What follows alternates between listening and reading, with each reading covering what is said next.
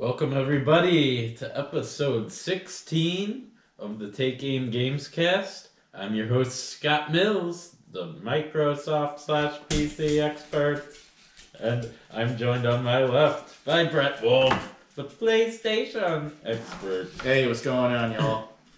And on my right, I've got the one, the only, the knower of a little bit of everything, the Nintendo expert, Eric King. And the newsman, you keep forgetting that new one. And the newsman. How you guys doing? Yes, so we have a really exciting episode to go over with you guys today. We want to go over the Google, what they announced at the GDC for their future of gaming. We've got Sekiro came out on Friday. We've got the statues for that. You can check out Brett's unboxing video Sekiro for statue, the Scott? collector's edition. No, Scott knows. Well, that's the hunter from Bloodborne. He bought that separate, but this was for the collector's edition. You guys see I got another dislike on that collector's edition? Oh, Wow, nobody two likes Yeah, it. what the people hell? did not like your. I think because Eric did it, he tagged bonus included, and They're all like, ooh, I get a bonus. yeah, it was like a clickbait title, so I think that pissed people off. Well, there was a bonus. There's the hunter. Yeah. I think you're just making excuses for people not liking you. I thought it was a good video, to be honest. I thought it was one of the best we have. We got a lot of views in only 48 hours. Yeah. Not even 48 hours. Getting close to the Ori and the Blind Forest. He's gonna stream. pass it up. Oh, yeah. I think we had 300 views. We got. Well, it was a good time to stream it, I think. So it's definitely helping that we put it out right away after it came out. And of course, we'll have our preview for PAX East, what we're most excited for. But first, we're just gonna start off with the news segment again with Eric. Eric, Is that our take special us ringtone? away with. We gotta think of like a. Scott, you gotta help him out. You have to think of some type of Come on, give me the ringtone. intro for. Okay.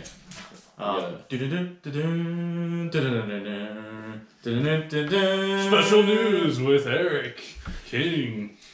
Alright, so first things first. Whoa! We have our Taking Game shirts on. Oh yeah, that's right. Yeah.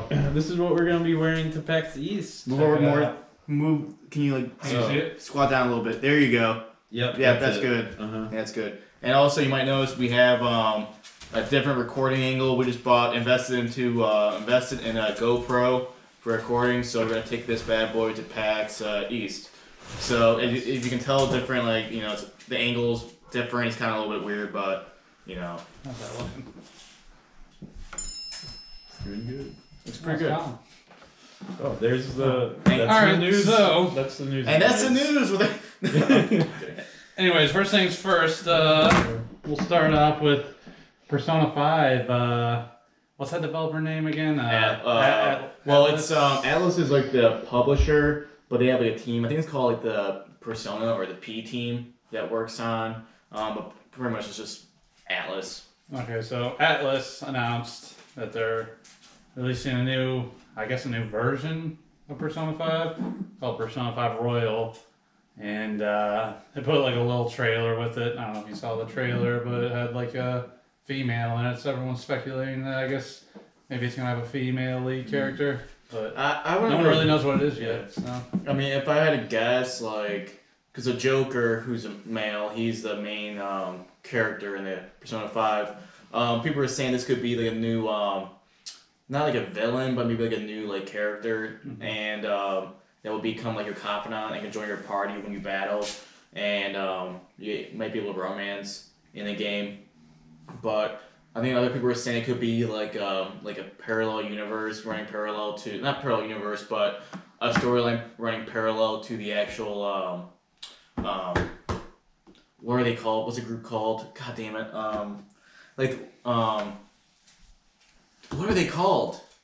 Like the group that they're called when they're in the party. I haven't played enough Persona. Damn it! I don't know.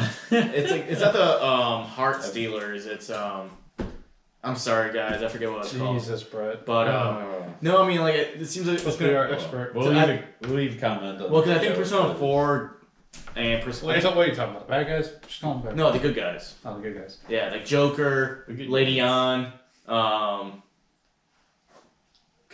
some other of those people. Like, God, I haven't played that game in like 2 years, and it was like my game of the year back in 2017. Really? That was your game of the year? Yeah. Wasn't that the year? Zelda Horizon Zero Dawn. Oh, jeez. Yeah, Persona 5 was my game of the year. That's the game I had most fun playing. And you platinumed Horizon. Yeah, I did. So you enjoyed Persona more. Yeah, I did enjoy it. And then obviously I liked it so much, I forgot everything about it. Just got whatever's easiest platinum, that's what he goes for. So, but yeah, I guess it's kind of like not a remaster for the game, but it's like a different maybe additional DLC. Maybe it's DLC, but I think Persona 5 and Persona 3 both had like these types of like versions for the game. So we don't know too much about it. We just saw the teaser trailer for it. I mean, will I get it? I think for people that haven't played Persona 5 should get it, but for people that maybe have played it, it might just be something that, as like an add-on or something. Well, I was thinking about buying Persona 5 back because I saw it was like $20 the other day, but I think I was waiting to see what this is coming out. So it might just be like a full version basically of the game. So. And for people that don't know what a Persona game is, it's basically it's a game where you have like different like social links, and you're going to school as like a student, and you take quizzes, and you I'll tell them all the boring stuff. Jesus, yeah, you get to really you're a character like in school, like in Persona 5, you're a character in school, and you're kind of going through like the whole like school semester, and he's like really selling this game. it's a turn-based RPG. How about that? There you go.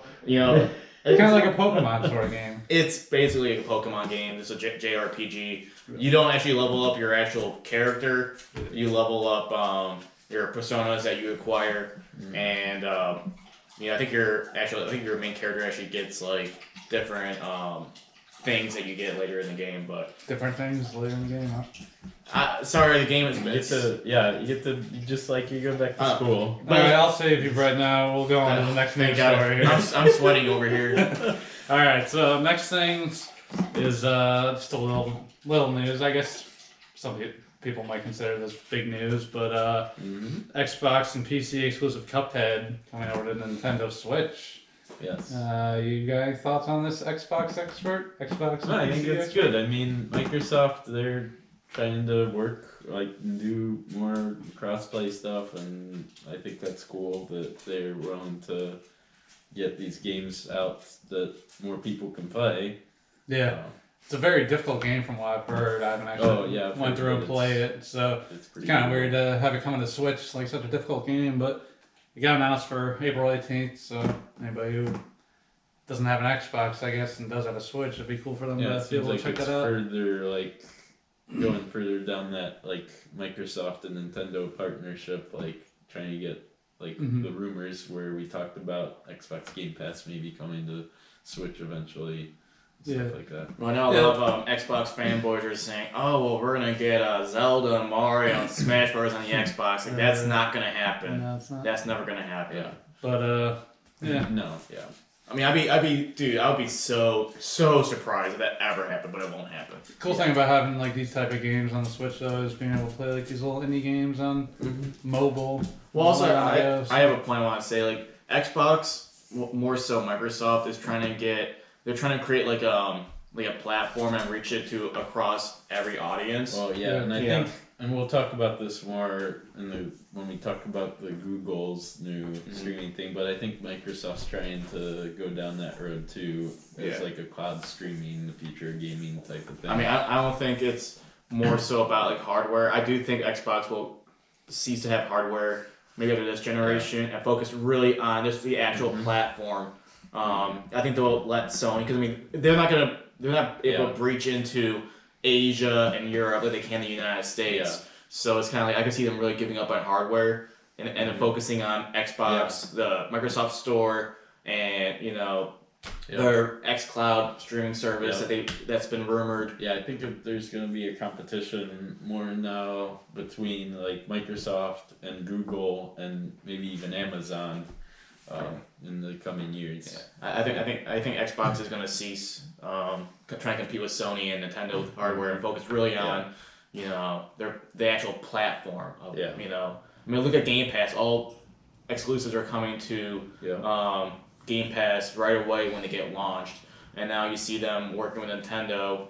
Nintendo's letting them get on their platform, and that just helps Microsoft because then more people can pay for Xbox Live or pay for Game Pass, and But I guess it's good for consumers. So for people that I can play, I don't even have to buy an Xbox if the rumors of a Game Pass coming to the Switch are going to be true. I can just play all the games on the Switch, and I'm not a big power person. Like I just want to play good quality games, so that would be, I guess, up my alley. I won't even have to buy an Xbox next gen. Yeah. So. One last thing before we're done with the story. You guys see Cuphead coming to Smash Bros. Now? No, I did not see that. No, do you see it happening? No, do you see it happening? I could see that happening. I could see it. Do I think it's going to? No, but I can see it. Yeah, I think it will. But okay, next story. Firestorm, Battlefield 5 finally released an actual trailer for their Battle Royale, Firestorm. We talked about it a couple weeks ago. There was a trailer that leaked. It wasn't the same trailer, but they finally released like an actual trailer for the Battle Royale and announced a release date, which we predicted would be March, and it's March 25th, which is tomorrow. Mm-hmm. And they mentioned in the trailer you're gonna have air vehicles, land vehicles, water vehicles, which is something you haven't seen in any of these battle royales yet. At least not ones that you can man a gun on or anything like that. Like PUBG, had boats and stuff like that, but it was just to transport yourself from place to place. Now you actually got, I think, guns on these boats and in the helicopters, I think. So, and they also mentioned in the trailer that there was like super vehicle basically things. I don't know if you saw the trailer, but they said there's like hidden spots where they'll have like these super vehicles, which are supposed to be like super powerful. So. And I think you need like the whole squad to like open it too. Yeah, it seems like to speed it up. It seems like, because I guess you would open it real slow probably by yourself. So if you have the whole squad on it, it opens faster and get it out there quicker before other people find it. But they also made sure to mention that there's going to be anti-tank weapons. So it's not like these tanks are going to be super overpowered that if you get one, you're going to automatically win. So no, yeah, you'll definitely have to, I think, work together to if you do find one of those super tanks, because many people will be coming after that thing when they see it, especially with those anti-tank weapons. So no, I'm super excited to check this out because this does seem very innovative compared to some of the other battle royales. Any other thoughts on that? I mean, I'll check it out probably tomorrow because I'm on vacation this week before we go to PAX. So I'll check it out, but I guess we'll see when I start playing it. But I'm not a big battle royale person, so. But I like Battlefield, so I'll check it out. All right, next story. Microsoft announces Indie Showcase stream for March 26th. It seems a lot of these companies now are starting to copy Nintendo as far as doing their streams directly to the people, whatever date they want, because Nintendo's always been known for doing their Indie Showcase. But Microsoft still is going to E3 from everything we know. Yeah, so no, I guess that's a good thing that they're getting their indies out of the way now. Yeah, I think that's a good idea. They don't have to waste time at E3 with it, showing so many indies, because it seems like every year we're sitting there watching 30 minutes of indies at E3, so hopefully that'll change this year. Anything you're excited for with the Indie Showcase, Scott? I don't know if you play any indie games really. Not really. I watched a video on like 10 things from the Game Developers Conference that were kind of interesting. There is an indie game that's kind of like a Clash Royale style game, but it's like in outer space, so you're like battling with ships instead of like soldiers and dragons and wizards and stuff like that. That's more of a sci-fi outer space type of game. I forget what it was called though. So that was kind of interesting. Yeah, I never played that Clash Royale game. I mean, other than that, I didn't really see too much that interested me. All right, one more little story for the week. CD Projekt Red. They were talking about their 2 AAA titles, because they do have another AAA title in the works besides Cyberpunk 2077. and it's an unannounced So, future title. Eric. Yeah, well, it's an Coming to you unannounced with, title, but they have confirmed that they're working on a AAA title, Yes. and I think they said that it's going to be like in the Witcher kind of realm, but it's not going to be Witcher 4 apparently. But they confirmed that both those games will be out by 2021, and they grouped them together, saying they both be out by 2021. So I still am very confident that Cyberpunk will be out this year. Because we've seen leaked tweets from companies that have worked with them saying, "Oh, we're looking forward to the 2019 release of Cyberpunk 2077." Who said that? On Twitter, I forget what company it was, but it was a company that worked with them on. I'll have to check that out. Yeah, on it. And then Cyberpunk 2077 during like Valentine's Day, they had like a tweet and people noticed something on there that had like some numbers. See, so they it's should like a 2019 date. See, they're missing a they're having a missed opportunity to release it this year. When I release it on July 7th of 2020, isn't that perfect? 2077, because like Europe does like a year. 7/7/20. Yeah. 2077. Well, yeah, but that's. Remember, Europe That's does it backwards. backwards. No, for us, but for Europe, okay, well. they do it year and then the days. And wow. No, they just do day, month, and then year, where we do month. Well, they day, should have just year. released So that on like years does- January 1st. That'd probably be a good game plan for them. Start the year off right. Oh man, I would be pretty mad. But yeah, no, I'm definitely excited for both these titles because CD Projekt Red, I know they don't release like a whole lot of games, but it seems like every time they put a game out, it's a finished game and it's the full game, and I think they even had like expansions for Witcher that were like included. Called Bloodline, I think that's the. But yeah, I'm excited that they're both coming out confirmed for by 2021. So. Eric, can you grab that thing from Rocky? Yeah. Probably got a lot of noise. Rocky, stop it. Okay, so we got two news stories left. Both get that, Brett. So we got two news stories left, and they're both pretty big news. Why don't you just put it on top of the fridge? What are you doing? I'm putting it over here. Both pretty big news, and I think I'll start with the second biggest news of the week, which is Google Stadia. So this is only the second biggest news. That's right. Wow. Second most exciting. Okay. But Google Stadia got announced, which is what they were calling Project Stream, which you're the one who's tried that out so far, Scott. But it's a streaming service for video games that they basically run it off of their servers rather than running it off the hardware. So you can play it on any device as long as you have an internet connection. For TVs, most like smart TVs, you'll probably need the Chromecast in order to get the internet to work so that you can stream them to your TV. But those are only like $35. So this is if you don't have a current gen console like a PS4, Xbox One, or a Switch, like. Although I doubt that they'll have Switch games on Stadia at their announce. They haven't announced any games yet. They haven't announced any launch titles. They haven't announced a price point. But we just know that this is going to be a software as a service streaming platform.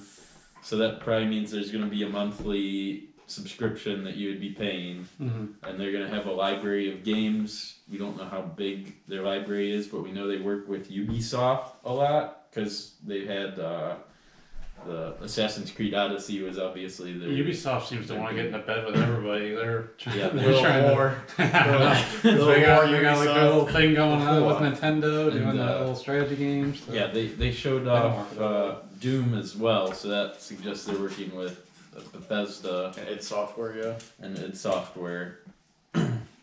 And from what I've heard, Assassin's Creed Odyssey works really well with the Stadia platform because it already has a little bit like of input lag with the controls and motions. Like it's not as bad the gameplay to have super precise motions.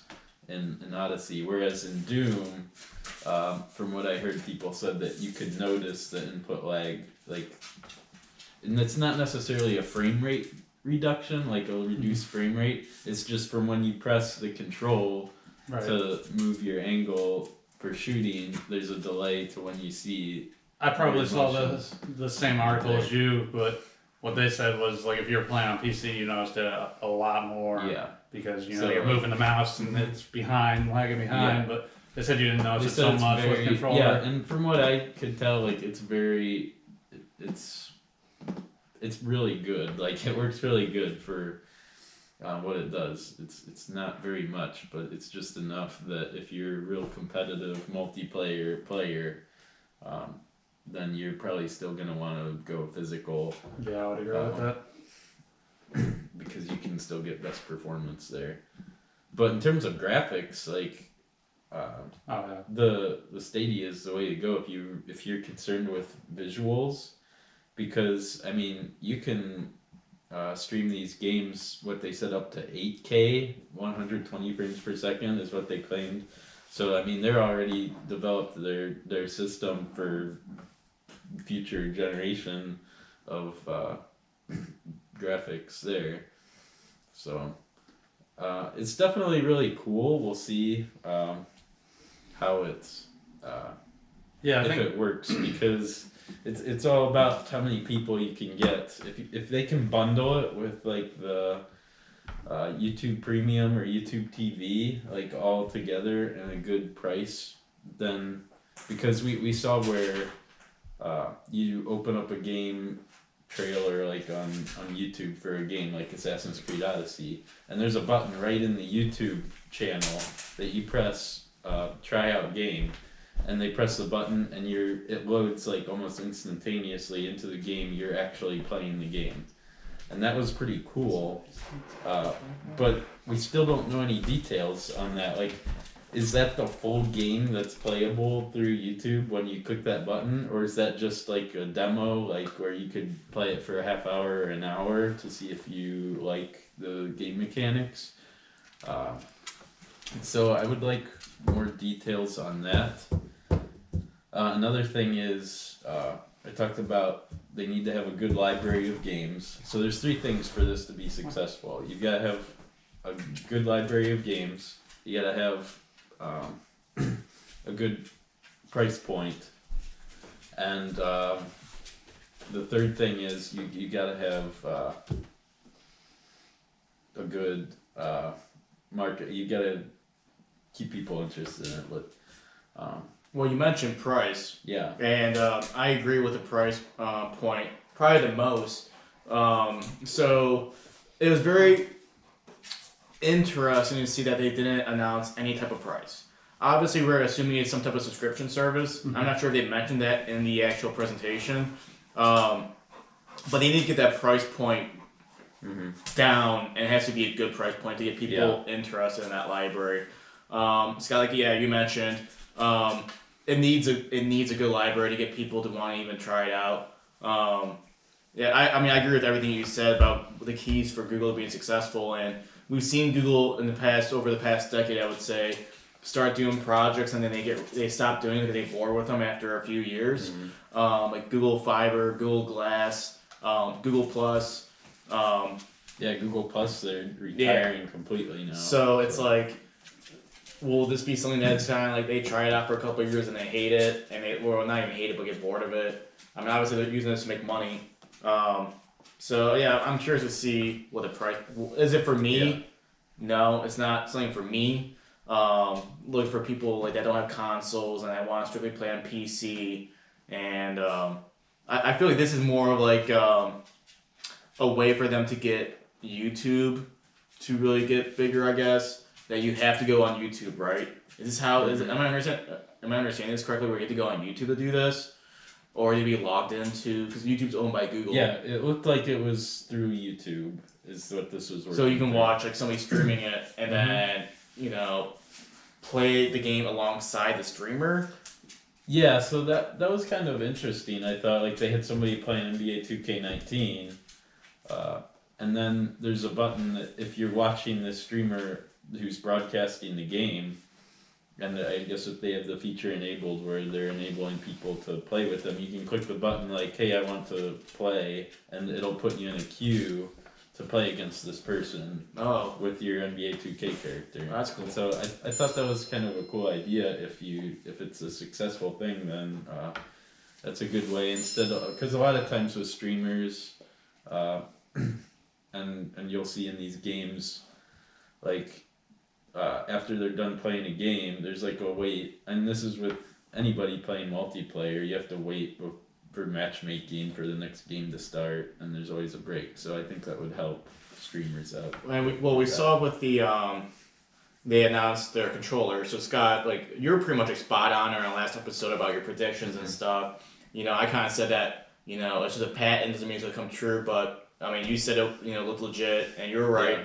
So the controller looked exactly like the patent image that was circulating, and I guess it connects via Wi-Fi, and then the controller actually is talking to the actual data hub or the data center that they're like to minimize like any lag with the controller being pressed. So it's connecting right into like the data center. Yeah, I'm guessing that you probably need the controller to play the games. Like, I don't know that they built in like controls you should be able to use, like a phone or. Well, you should be able to use keyboard and mouse too if you're playing on an actual PC, right? So yeah, it has keyboard and mouse support. Yeah, so there's that for PC, but I'm talking like if you wanted to play on, because they're saying you can play it on any device. Yeah, like an iPhone or. Yeah.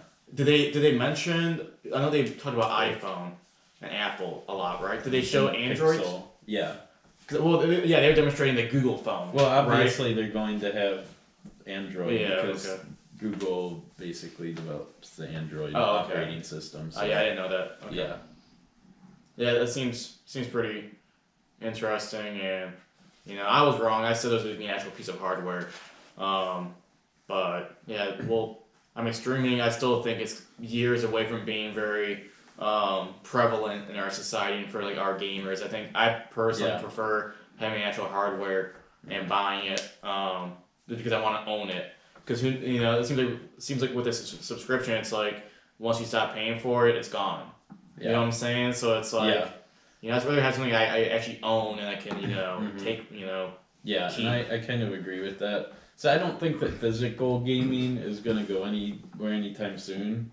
But like you've seen with like movies and TV shows, like you have Netflix and Hulu now. A lot of these like movies and TV shows, you can just, if you have a Netflix or Hulu subscription, and those are streaming services in a similar light, you still have Blu-ray players and people who can buy their movies on Blu-ray and upload them digitally. So like the physical, like watching movies through that way isn't dead yet either. But I think you'll start to see more of a shift towards this streaming way of gaming. And it introduces its own new challenges, like we mentioned, with input lag and stuff like that from physical gaming. And that's the third thing for it to be successful is performance. Like if you start getting hundreds of thousands of people playing this and it actually starts becoming popular, like making sure that performance is still spot on and good. Like you don't want lagginess and you don't want that to start going down because then you'll lose people too.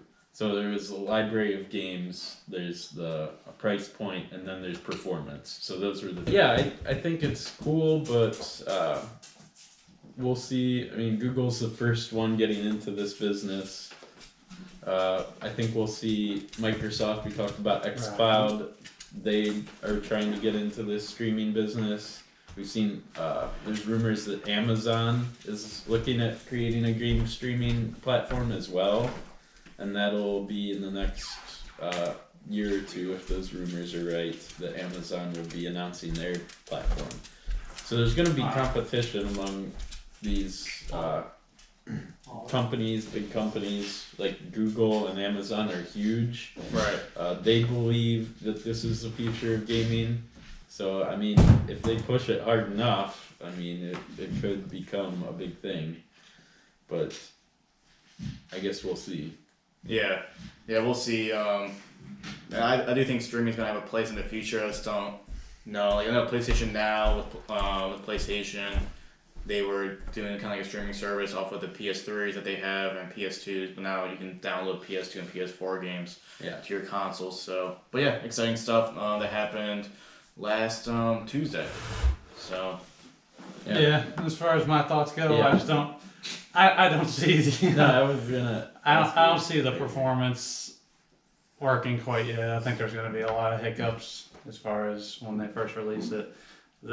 Of course, they're going to talk like it's working perfectly, but I don't think it's going to be working perfectly right off the bat. They might be able to work it out, later on, but I don't see, especially when people are playing like these games like Doom, even like, and they're already seeing lag just based on their naked eye, like they're not even like testing with performance. What's gonna happen when you get hundreds of thousands of people on there? Yeah, exactly. Yeah. So I'm not sold on it yet, and I hate when people compare it to like Netflix and stuff, like because that's a whole different ball game when you go into gaming because you got the controller and everything. It's a lot harder to do. Plus, you're playing other people online, so it's a whole other thing. That's not just streaming an actual video, and even streaming videos sometimes with the internet.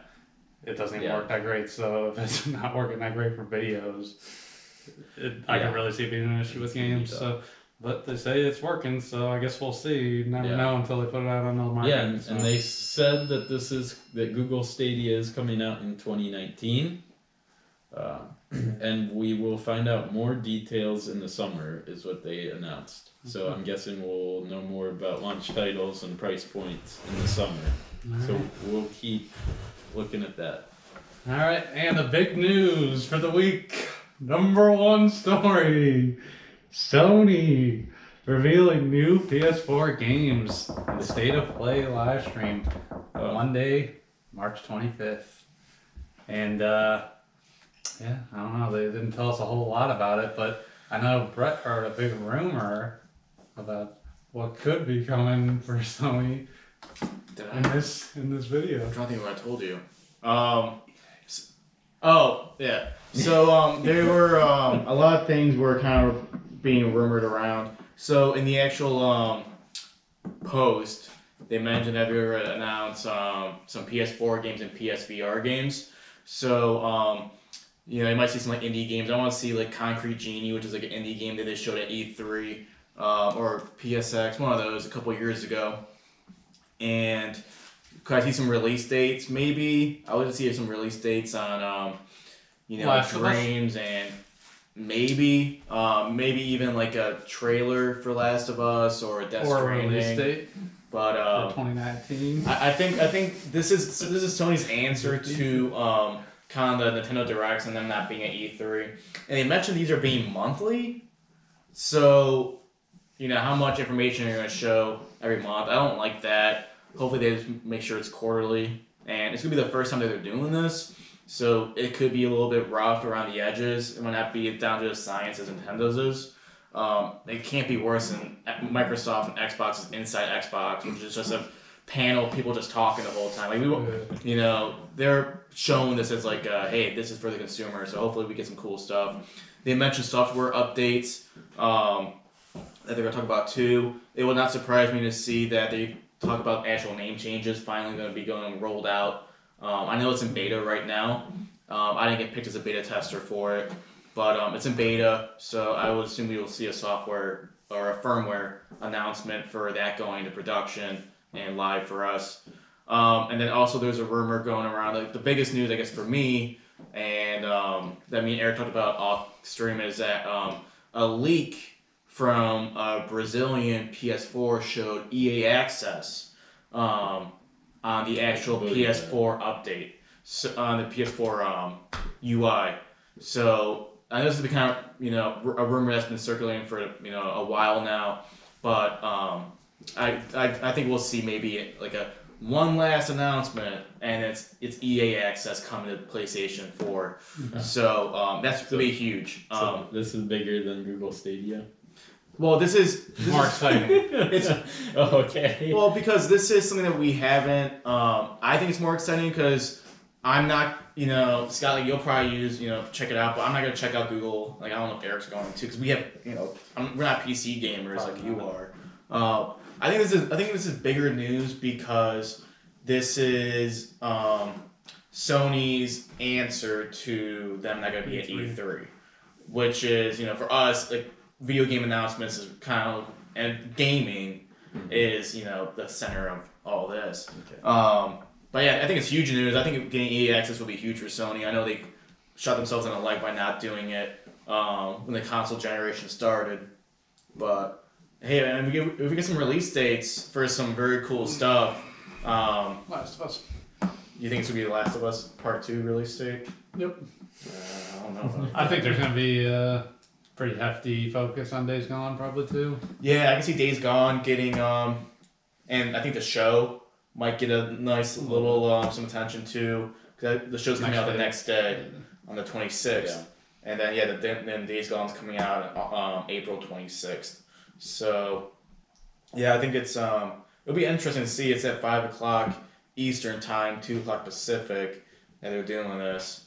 So yeah, we'll have to see if Sony brings the big guns. I definitely think this makes more sense though than doing like E3, because like we were just saying, they can show like games that are about to be released, like Days Gone and all that, and get the hype rolling for them again right before they actually release. So I'm excited to see it, see what they have to offer, see that Last of Us release date. Well, because I think they've been doing their announcements kind of like through like the PlayStation blog, and it kind of seems kind of like outdated, just having stuff like just thrown out there, and then not everybody goes on the PlayStation blog. So I rather see them having an actual like live stream, or like a presentation of like. I forgot when's that like Dreams or early access supposed to be coming out? Spring. So I thought it was like in April. They had like an actual release date, didn't they? I thought it was like April something. I thought they just said spring of 2019. Maybe it was spring, but Well, I don't know. Should be in the next couple weeks. Yeah, so that could even be. You would think that would probably be that would probably be in it. You would think, but the thing I'm worried about is this being monthly. Like, could these be watered down a little bit to kind of spread out the content? These were more like a Nintendo Direct, where they're kind of like once every quarter. You can get those big reveals and have a lot of hype. If it's every month. Oh, it's every month. They say it was like a monthly thing. If I'm not mistaken, correct me if I'm wrong, anybody on, the YouTube, but I'm pretty sure they said this would be every month. So, but yeah, we'll have to see. But is that all of our news? Eric?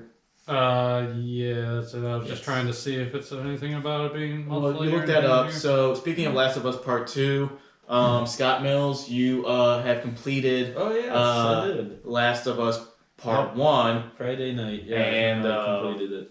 So let's get into what we've been playing really quick. Okay. And Scott, can you give us so you finished Last of Us? Am I allowed to do spoiler? I mean, the game's the game's been out since okay. 2013, so you can talk to your heart's content.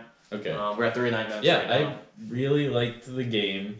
Because you said before, you're like it's kind of like nothing new, just a bunch of zombies. Yeah, and I definitely really like the game. I liken it to Walking Dead Season 1 from Telltale, which is an that excellent. they put out, which is excellent. That's one of my favorite games of all time. It's a so very it's really good. I just like that. This Joel is a father figure towards Ellie. Mm-hmm. And I really like those emotional stories, and Me they too. go through. And they meet a bunch of different people along their journey. They're trying to get Ellie to these people called the Fireflies, who can create a cure based from Ellie's blood because she's immune to it. Right. And yeah, just that whole story. When they meet my favorite part was when they meet the black guy and his son, and they. Yeah. Okay. And I think Tommy was his name, and then Jeff. Okay. I know. Yeah. I know what you're talking about. And Ellie and the boy, they become friends. Right. And then Joel becomes kind of friends with the boy's dad, and they're both going to the same place to find the Fireflies, and in the best moment with them is you're journeying, and all of a sudden you're in this big field, and there's a mansion, and there's a sniper like shooting at you guys, and you have to find a way To like weave through like all Right. the houses to get away from the sniper, and there's these guys trying to kill you the whole way because the world is terrible and everybody's trying to just survive. And so it's just really brutal, like that struggle for survival and killing people to survive, and they're trying to kill you. Well, you mentioned your favorite part was that. Really Yeah. quickly, my favorite part was when you arrive at the college, Mm-hmm. and That like was the, really cool. the first part where you like see like the giraffe The giraffes close, are awesome, and and- the monkeys, yeah. and like Those are Ellie's really kind of cool. like you know Petting petting it. it. I thought that was very. That was my second. That favorite. was very, I guess, emotional for me because it Yeah. kind of restored some humanity to the whole like Yeah. apocalyptic. Everybody's, you know, Yeah. it just seemed very like because you know Ellie's still she's a little girl like Like a teenager. Yeah, even though she swears all the time, Yeah. and and she's kind of like on she's her own. kind of yeah. annoying sometimes. But like that just restores to some like humanity in her and Yeah. but okay so So Ellie, I didn't really like Ellie's character as much as like a Clementine from The Walking Dead or anything, just because she's a little bit rougher around the edges. But she's a teenager, where Clementine was a little girl, like 8. So I guess this. really so you like see I thought Clementine, not to turn this into Walking Dead season 1 like talk, but No, like Clementine like felt so like because she was Yeah, such a little she's girl, like she was kind of like Yeah. just there Yeah. as like a plot device to make that connection with with Lee. yes Yeah, the main character. yeah so yeah I'm surprised that you really didn't like Ellie. Is it because no, she was It's 'cause a she potty swore too mouth much. and Yeah, basically. Kind of a jerk. okay so towards the end of the game we had to make that tough decision as Joel. Yeah, that was very cool. I'm glad that he stayed alive, because there's that one moment where he gets injured, and it looked like he might be dying. I'm like, oh boy, this is gonna be another like he's gonna die and she's gonna be on her own, because you get a moment where you're playing as Ellie, and you're trying to get medicine to save Joel's life because he fell through like a spike, got him, and but I liked the ending where it turns out the Fireflies were bad, and in order to create a cure, they had to kill her. Right. But Joel wouldn't accept that they had to kill her, so he lied to Ellie. Yes. Which is kind of like one of the. That's the big cliffhanger ending. Right. That's the ending of the game. And you kind of see like Ellie like not really believe him. Yeah, because And- she asked him at the end. She's like, "Look at me in my eye and tell me that everything you told me is true. That the Fireflies there's a bunch of other people that are like me, and that they just couldn't find a cure." And he's like, "Oh yeah, absolutely. Yeah. It's fine." And you know, I think you can tell that she knows he's lying, but she kind of accepts it. She's Yeah. like, okay. Yeah, And and then she's everything she's been through with him, and she trusts him. So did it? So you said you enjoyed the game. Yeah. Did it live 9 up? out of 10. Okay, so in your opinion, it lived up to the standards that me and Eric were talking about, and the community of PlayStation. Yeah, I mean, I love the presentation of the game, and the gameplay's fun. Like, it's hard to find a place to put the game down because it just keeps moving like the whole time. Like, so does this game? Because I know when we were watching E3 last year for Sony, you said that you weren't really interested in Last of Us Part 2, and we're like, hey Scott, like you would understand if you played the first one. well, Has this changed your mind? That are you excited for Last of Us not Part 2? Really? Really? Because I actually went back, I rewatched that E3 trailer for I know. The Last of Us Part 2. I know. What Yeah, you again, said. Ellie, I'm not as big a fan of her character. And I don't know, just the whole interaction with the other women that I don't kind like of it. throws me off. And That's then what ruined it for him. yeah, I liked at Ellie- the very end they they don't show Joel really at all in it until like 30 seconds at the end, and that part was good. Wait, has Joel been confirmed for that?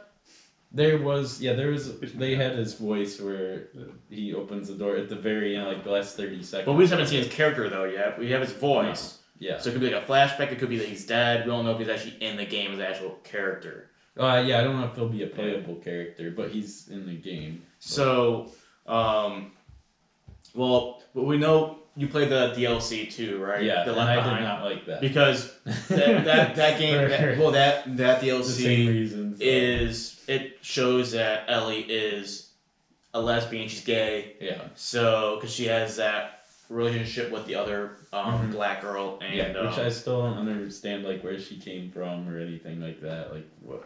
Like that was just. So you're not okay. So you're not on the hype bandwagon to meet Eric R for Last of Us Part 2. Not as of right now. I mean, the gameplay itself for the game that they showed off looks really cool. We'll see on the story part if like playing as Ellie throughout the whole game instead of Joel mostly. If that makes it better or worse for me in terms of liking the game or not.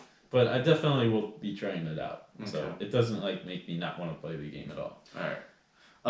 Okay, good. So you said 9 out of 10 yes. for your personal review, which is good. Eric, you've been playing some more Division 2, right? What's your I guess your impression so far? What level are you? How many hours do you think you're in? Any speed bumps? Are you still interested in it? Well, I think the last time I talked, I was level 7, I think. And I'm up to level 18 now. And I was loving it for a while there. I was doing like story mission after story mission. And I've kind of hit a speed bump at this point. Just because I really haven't had a lot of time this week. And like that's the type of game you gotta sit down and play, for like 3 hours or so. You can't really just jump in. Like I don't want to jump in and do like one mission and get up. So it's like I haven't booted it up in a few days, but it just seems like it's starting to get kind of monotonous doing some of these missions because they're just the same. Run to here, kill this boss, get the loot, go on to the next mission. And I can't play with like randoms for the side missions, so I'm doing all these by myself, and I really feel like I'm starting to just try to grind through it to get to level 30 and get to that end game. But yeah, I mean, I was really enjoying it for a while there, up until I got to about level 18, and now I'm like I still got 12 more levels to go, and I don't want to fucking do all that grinding right now, so the grind's kind of killing it. The grind is killing it for me, basically, because it doesn't have like a whole lot of story or anything, which you wouldn't expect from a looter shooter. But yeah, it's just I'm trying to get to level 30, and I don't want to keep fucking grinding right now, so I kind of took a break from it and started that Apex Legends Season 1, the New Frontier or whatever it's called. And I bought that. And I've been messing around with that over the weekend. So, but as of right now, my review, I would say I'd give it like a 7 out of 10 right now. But obviously, I haven't played the whole game, so that's subject to change. I mean, usually when you get to the end game on these looter shooters, the game improves a lot. So I think maybe once I get to the end game, I'll give it a final score. But pending score right now, I'll give it like a 7 out of 10 just because it's too grindy. Sounds like review in progress. Right now, I'm excited because on OpenCritic, the game's rating has slowly been going up. It's up to an 82. Yeah, I told you I think it would go up, but I think that's probably the final score at this point is an 82. So yeah, I'm happy it got into the 80s. That's my first game that got. Yeah, I told you it'd be in the 80s. 80s. So we're in 50 minutes in right now. So let's I want to talk about really quickly before we get into PAX East talk. Okay. So I had my first stream of Sekiro on Friday. Shadows Die Twice, and I'm not gonna talk about it too much. Early impressions, really quickly, are that the combat is definitely different than any Soulsborne game I played. Do I like that? No, I knew that coming in, but right now in the game, the combat isn't really grabbing me. I'm not really enjoying the combat, but I'm so early. I'm only past the first tutorial. If you want to see the game, check it out on our YouTube channel. But I'm going to do some more streaming today and get some more videos out this week. I know I didn't stream yesterday, so I'll get as many videos as I can when I'm on vacation this week. And maybe my opinion will change, but right now the combat kind of seems... Graphics look good, in my opinion. The combat isn't for me right now. Is But it just Okay, because it's too hard, or What's the difference with the combat for someone who hasn't played it? Because I played like some Dark Souls. so like Dark Souls is more defensive. You have a shield. You pretty much what you do is basically you try to parry or block their attacks, and once they attack, you just want to pretty much go in. You hit, you go back. It's pretty much just pretty like defend, hit, retreat, and then you defend, hit, retreat. Basically, Bloodborne is more like you want to get to either the back of them or the side of them, and pretty much be really aggressive and hit because you get rewarded if you get hit and you hit back. You gain some of your health back. So Bloodborne's more aggressive. And because you don't have a shield, you have a gun, so you can, use your blunderbuss and hit them and get maybe a visceral or something.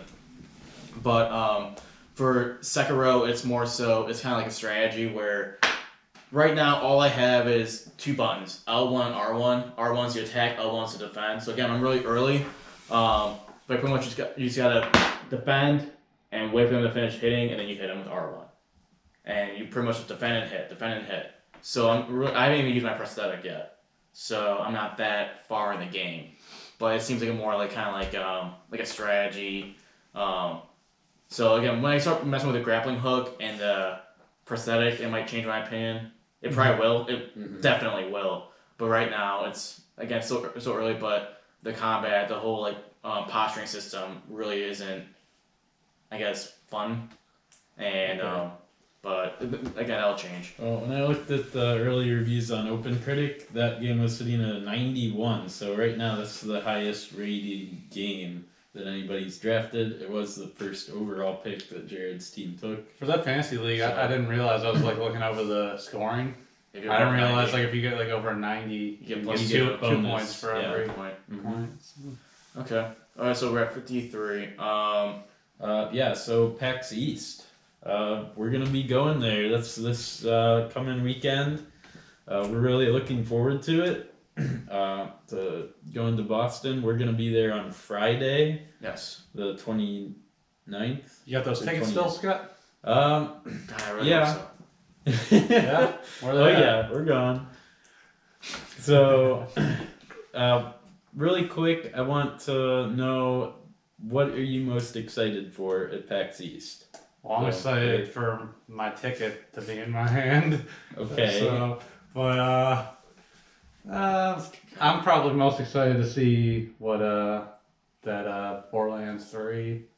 I'm assuming it's gonna be Borderlands 3. Mm-hmm. I'm excited to see the trailer on that and just getting to meet other gaming personalities because we haven't actually gotten a chance to do that. Yeah, we got network.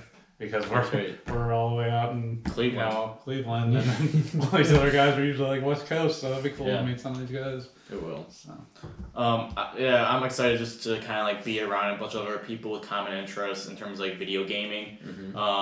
I've never been to a convention like this before, and like Eric said, it'd be cool to see some different gaming personalities. Maybe you can even get a chance to meet them or talk to them, and maybe take some stuff away of how they got their podcast or streaming thing going. That can only benefit us, just learning how to do that.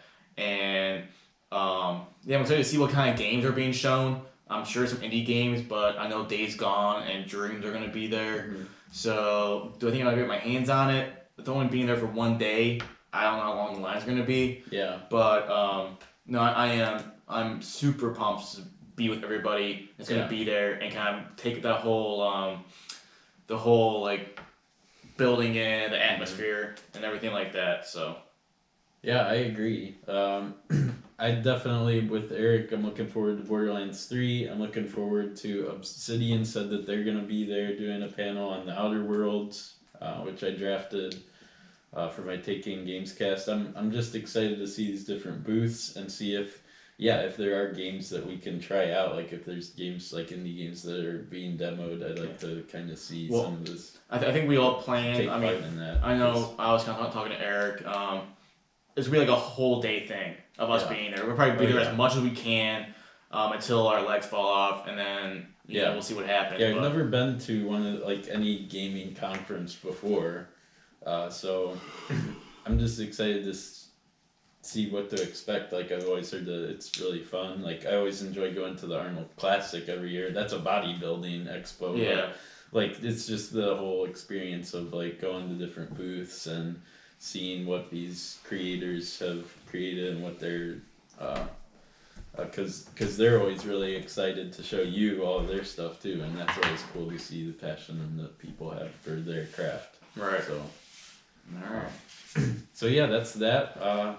We might be like we've got this GoPro now. We'll probably Bring it with try us. to do a few videos You have from I being thought Scott there. said he had the tickets. Oh, I told you we have them. Yeah. What a liar, Scott. No, I knew that. All right, well, we had the them, tickets. So, okay. So we will be there. We'll bring the GoPro. I'm thinking about doing like some type of maybe like a montage thing. So we record as much as we can on our SD card, and then we'll maybe have like some like different like we'll edit maybe or whatever, and then make it a fun like little